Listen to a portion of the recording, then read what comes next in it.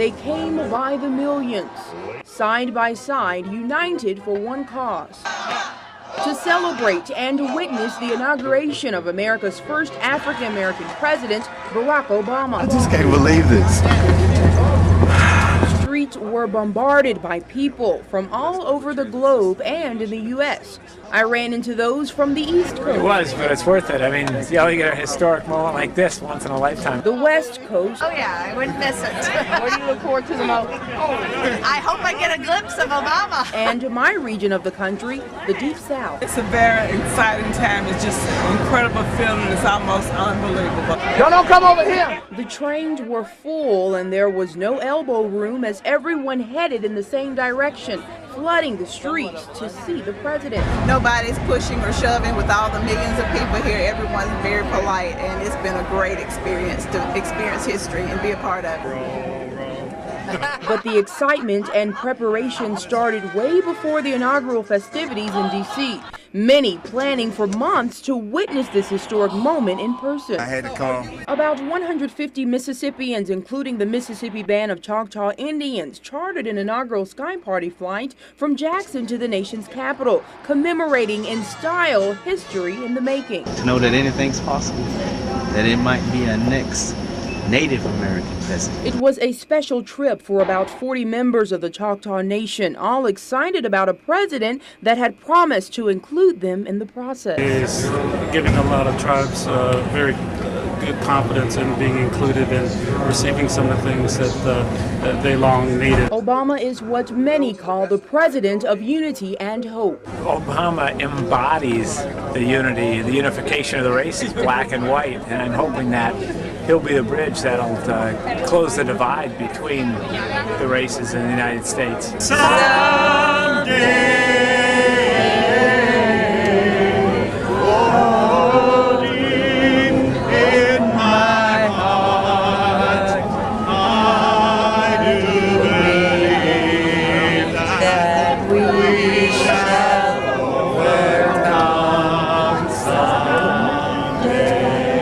President of the United States, will, to the best of my ability, preserve, protect, and defend the Constitution of the United States. Preserve, protect, and defend the Constitution of the United States. So help you God. So help you God. Congratulations, Mr. President.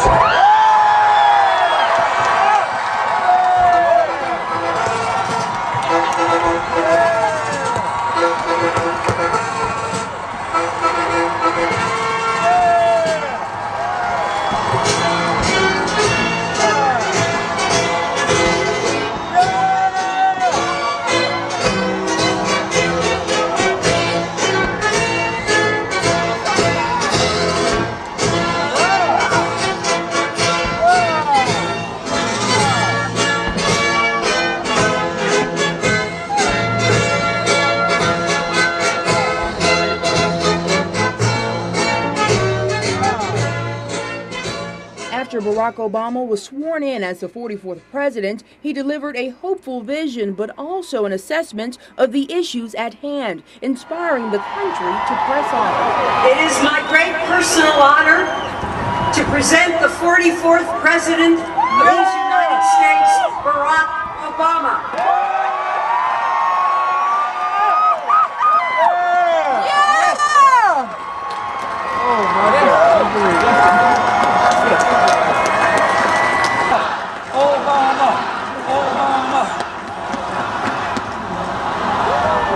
My fellow citizens, Hot damn. I stand here today You said and cooperation he has shown throughout this transition. 44 Americans have now taken the presidential oath. The words have been spoken during rising tides of prosperity in office, but because we, the people, have remained faithful to the ideals of our forebears and true to our founding documents. So it has been, so it must be with this generation of Americans. That we are in the midst of crisis is now well understood. Our nation is at war against a far-reaching network of violence and hatred.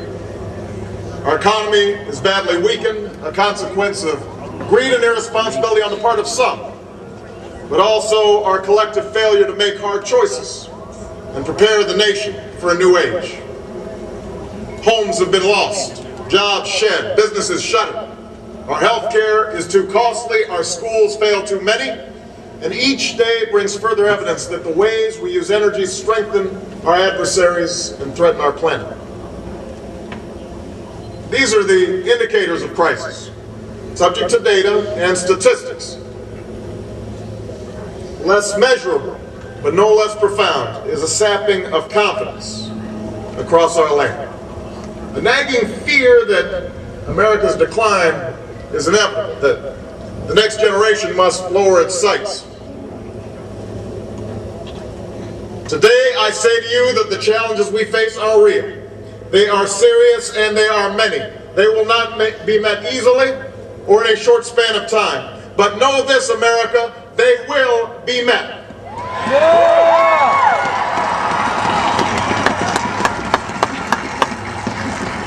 On this day, we gather because we have chosen hope over fear, unity of purpose over conflict and discord. On this day, we come to proclaim an end to the petty grievances and false promises, the recriminations and worn-out dogmas that for far too long have strangled our politics. We remain a young nation, but in the words of Scripture, the time has come to set aside childish things. The time has come to reaffirm our enduring spirit, to choose our better history, to carry forward that precious gift, that noble idea passed on from generation to generation, the God-given promise that all are equal, all are free, and all deserve a chance to pursue their full measure of happiness.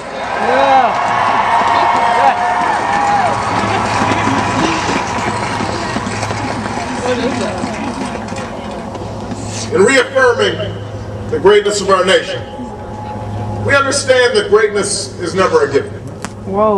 It must be earned. Our journey has never been one of shortcuts or settling for less. It has not been the path for the faint-hearted, for those who prefer leisure over work or seek only the pleasures of riches and fame. Rather, it has been the risk-takers, the doers, the makers of things, some celebrated, but more often men and women obscure in their labor, who have carried us up the long, rugged path towards prosperity and freedom. Sacrificed and worked till their hands were raw so that we might live a better life. They saw America as bigger than the sum of our individual ambitions, greater than all the differences of birth or wealth or faction. This is the journey we continue today. We remain the most prosperous, powerful nation on earth. Our workers are no less productive than when this crisis began. Our minds are no less inventive, our goods and services no less needed than they were last week or last month or last year. Our capacity remains undiminished. But our time of standing pat, protecting narrow interests and putting off unpleasant decisions, that time has surely passed. Starting today, we must pick ourselves up, dust ourselves off, and begin again the work of remaking America.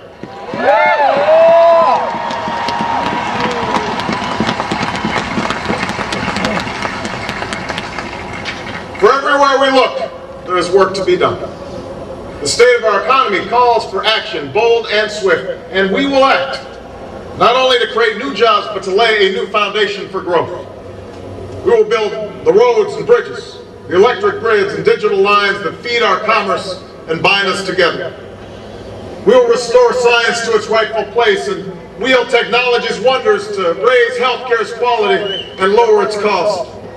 We will harness the sun and the winds and the soil to fuel our cars and run our factories, and we will transform our schools and colleges and universities to meet the demands of a new age. All this we can do. All this we will do. Now, there are some who question the scale of our ambitions, who suggest that our system cannot tolerate too many big plans, Their memories are short, for they have forgotten what this country has already done, what free men and women can achieve when imagination is joined to common purpose and necessity to courage. What the cynics fail to understand is that the ground has shifted beneath them, that the stale political arguments that have consumed us for so long no longer apply.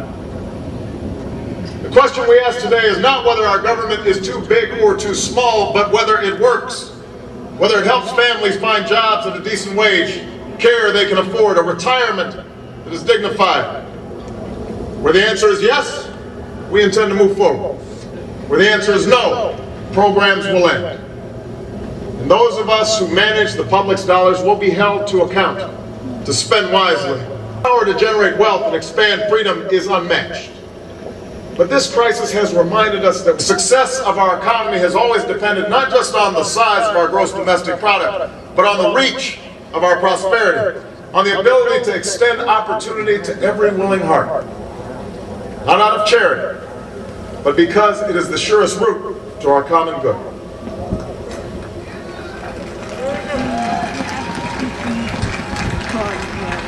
As for our common defense, we reject as false the choice between our safety and our ideals. Our founding fathers, faced with perils that we can scarcely imagine, drafted a charter to assure the rule of law and the rights of man. That's right. A charter expanded by the blood of generations. Those ideals still light the world, and we will not give them up for expedience sake. That's right. And so, to all the other peoples and governments who are watching today, from the grandest capitals to the small village where my father was born, know that America is a friend of each nation and every man, woman, and child who seeks a future of peace and dignity, and we are ready to lead once more. Lead once more. Damn, one of them push this thing.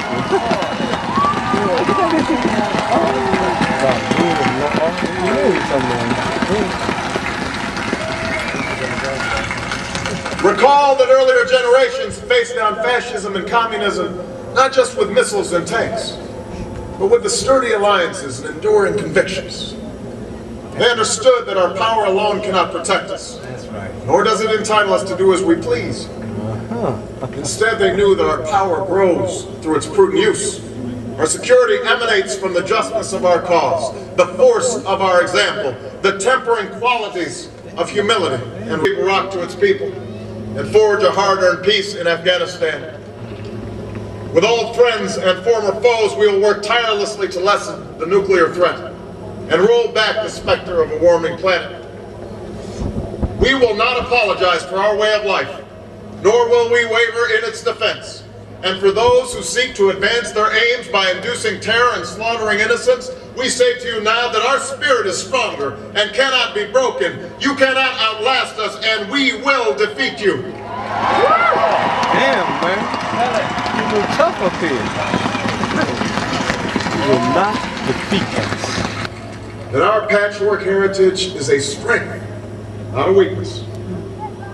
We are a nation of Christians and Muslims, Jews, and that as the world grows smaller, our common humanity shall reveal itself, and that America must play its role in ushering in a new era of peace. To the Muslim world, we seek a new way forward, based on mutual interest and mutual respect. To those leaders around the globe who seek to sow conflict or blame their society's ills on the West, know that your people will judge you on what you can build, not what you destroy. To those who cling to power through corruption and deceit and the silencing of dissent, know that you are on the wrong side of history, but that we will extend a hand if you are willing to unclench your fist. To the people of poor nations, we pledge to work alongside you to make your farms flourish and let clean waters flow. To nourish starved bodies and feed nations like ours that enjoy relative plenty. We say we can no longer afford our true They have been the quiet force of progress throughout our history. What is demanded then is a return to these truths.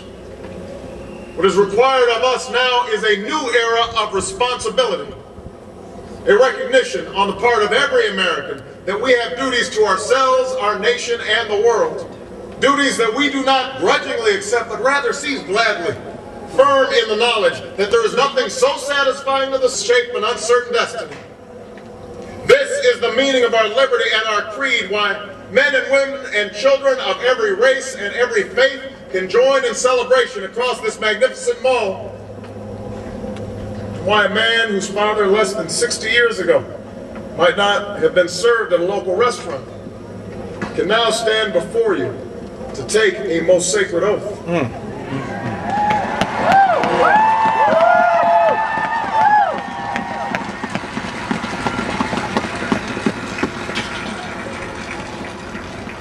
So let us mark this day with remembrance of who we are and how far we have traveled.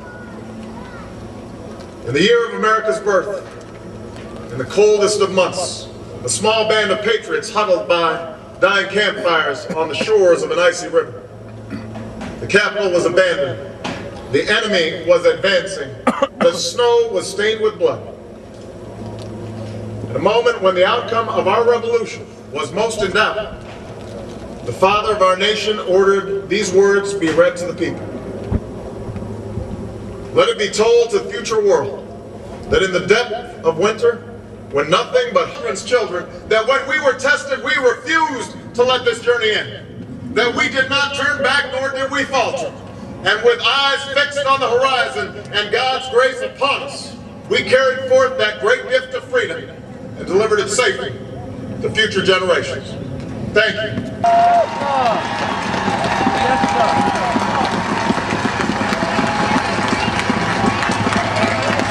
Now Elizabeth, come to me.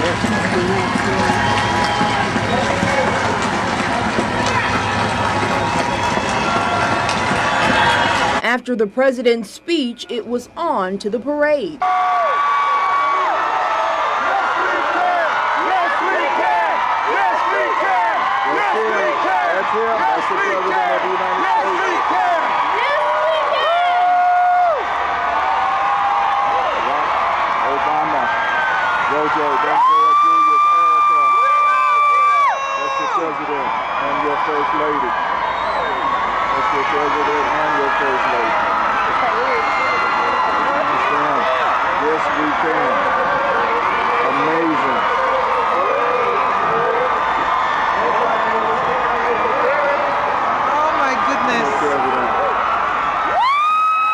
And thousands geared up for the night of inaugural balls. Ladies and gentlemen, the President of the United States and First Lady Michelle Obama.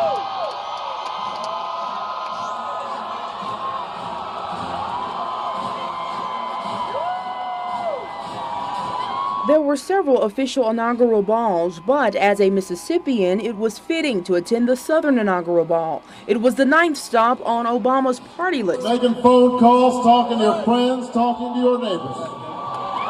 You achieved what nobody believed was possible. And if we can win an election that way, then we can put people to work that way. And we can provide health care to people that way. And provide an education to all our children that way.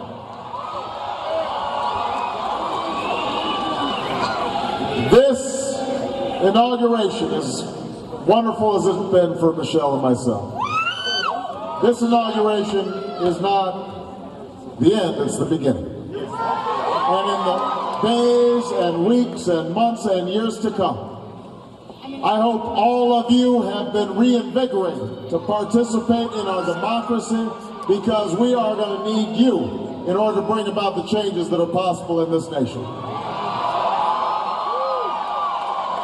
So I hope you've had a wonderful day. We were able to see America's First Lady Michelle Obama and President Obama dance the night away.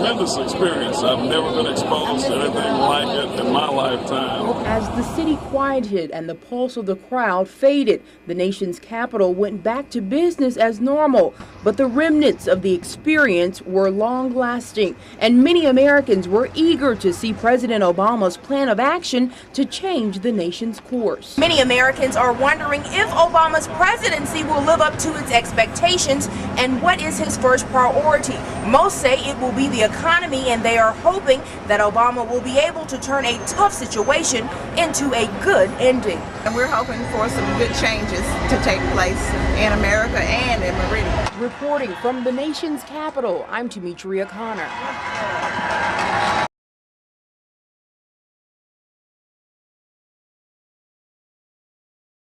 Is now at the Southern Ball. Cynthia, can you hear us? I can, George. I'm here in the National Guard Armory. Now, this is usually the site of roller derby. Tonight, people from the 11 Southern have traveled via train, planes, and automobiles for an incredible ball. But they've got nothing on Brian Bowen, counted on just 2 wheels and a lot of friendly strangers to make their way across the country from Los Angeles, 13 states, 48 teams. I think we all better watch out, guys, because he is determined and he is divine. Now, we're number 9 on Barack Obama's dance card tonight, so people here are 10,000 strong and really eager to see him. Back to you 3.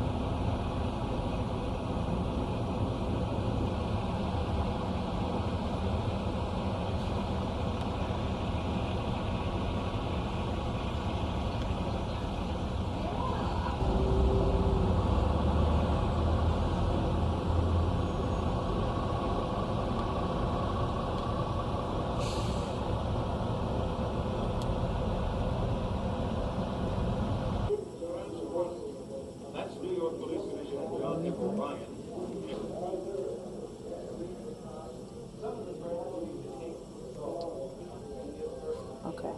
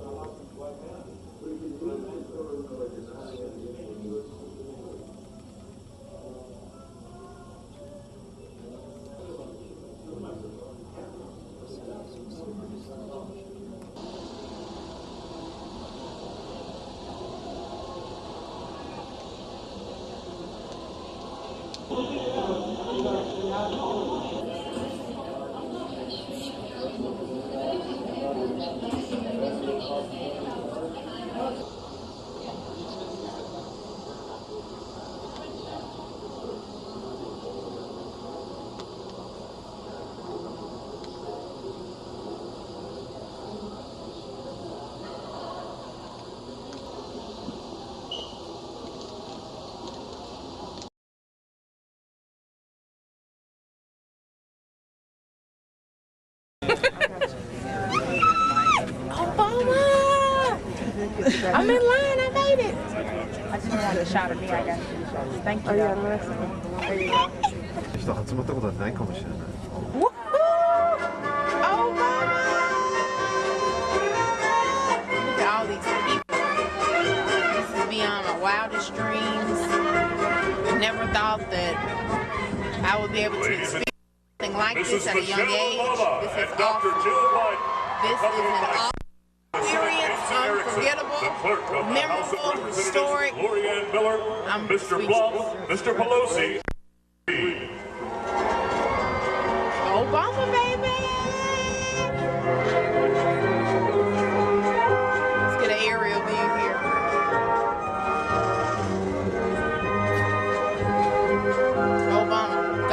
America. Black History Month will never be the same. King Day will never be